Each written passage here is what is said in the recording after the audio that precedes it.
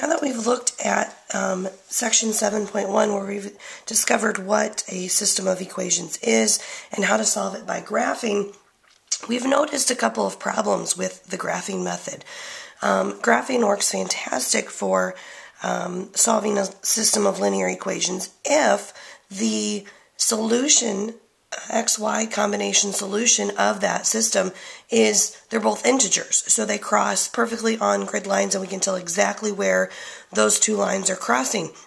However, we've seen some examples where they cross kind of out there in the middle and we can kind of get a good idea, like the first one we looked at in the 7.1 videos, the one where we compared the populations.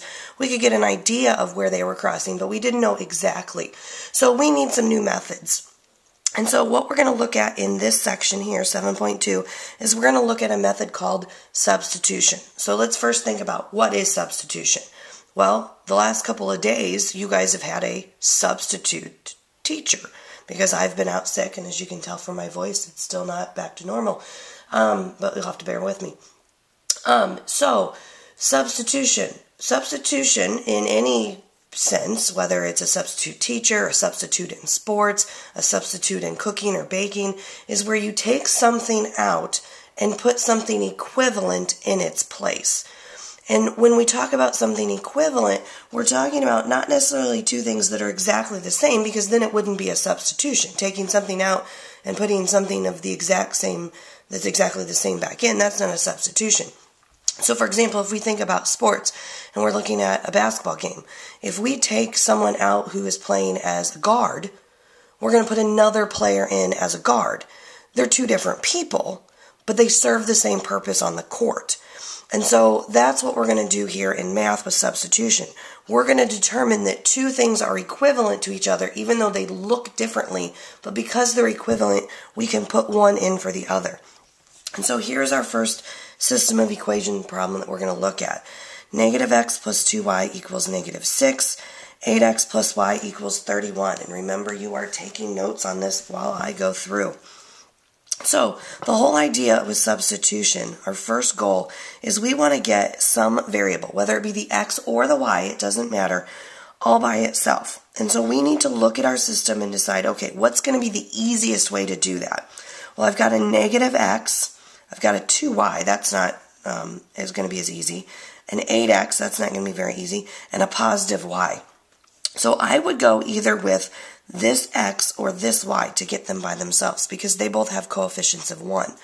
My preference of these two is going to be the y, because it has a coefficient of positive 1, which means I have less steps involved in getting it by itself. So my first step is going to be to take this second equation, and I'm going to get y by itself. So I'm going to subtract 8x from both sides. So this equation now becomes y equals negative 8x plus 31. Okay? Now, what I'm going to do, now I'm ready to do my substitution, because I know that y and negative 8x plus 31 are equivalent to each other. I can substitute one in for the other. And if I look at this other equation, right here I have a y. So my substitution is going to happen here. I'm going to take in this second equation, the one I did not just rearrange, and I'm going to take out y, and in y's place, I'm going to put what I know is equivalent to y, negative 8x plus 31. So here's what that's going to look like. Negative x plus 2 times, I need parentheses because I'm multiplying by more than just one thing, negative 8x plus 31 is equal to the rest of it, negative 6. Now I have an equation that is equivalent to this one that only has x's in it. And so now I can solve for the x value of my solution. So I have negative x, and now I need to distribute. 2 times negative 8x is negative 16x. 2 times 31 is plus 62 is equal to negative 6. Now I combine my like terms. Negative x minus 16x, that's negative 17x, plus 62 equals negative 6. And then we're going to subtract 62 from both sides. So we have negative 17x equals negative 68. And now we divide by negative 17. which is 4. So I know the x value of my solution is 4. Remember, our solution is always a coordinate, so I'm going to have x comma y. I know my x now is 4, so I can go ahead and fill that in. Now how do I find the y? Well, the y is going to be found by taking the fact that we now know what x is and substituting it back into one of the original equations, or one of the rearranged equations.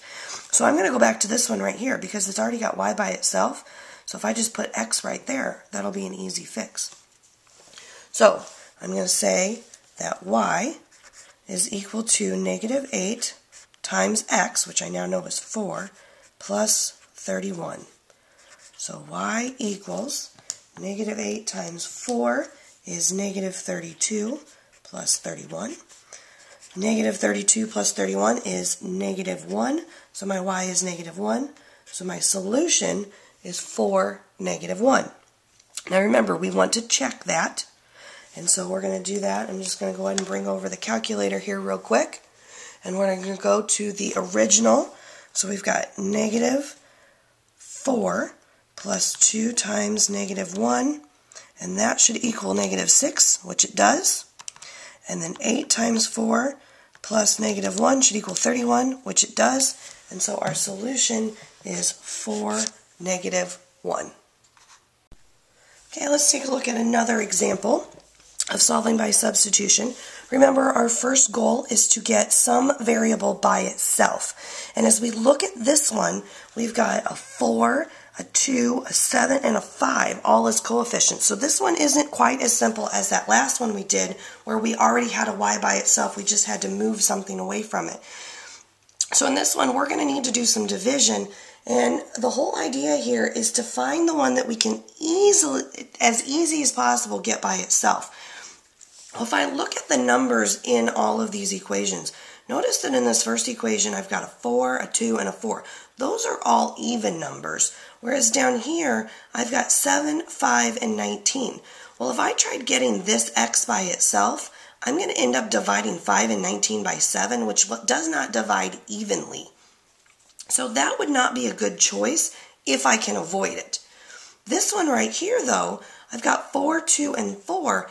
I can divide 4 and 2 and 4 all by 2 and get whole numbers or integers. So that's what I'm going to do. I'm going to look at this one and say this is going to be my easiest to rearrange. I want to get the y by itself. So the first thing we're going to do is move the 4x over. So we now have negative 2y equals negative 4x minus 4. And then we're going to divide everything by negative 2. So we have y equals negative 4 divided by negative 2 is positive 2x. And then negative 4 divided by negative 2 again is plus 2.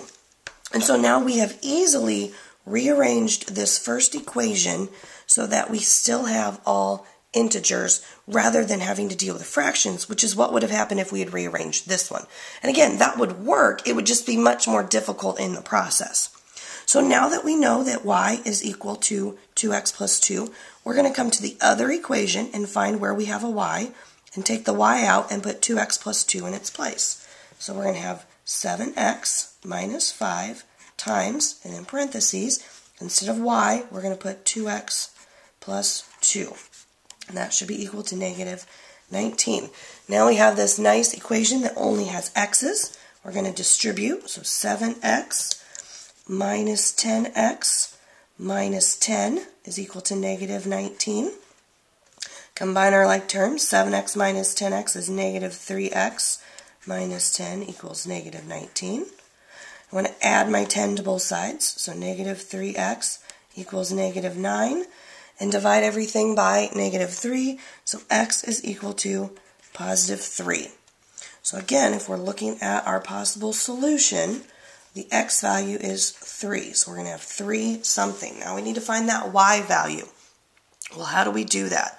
Well, we already know x, so we're going to come back into one of our original equations and put x, a 3 in for x. And so I'm going to come back to this one because it's the easiest one to deal with.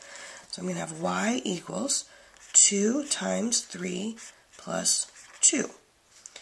Y equals 2 times 3 is 6 plus 2, so y is equal to 8.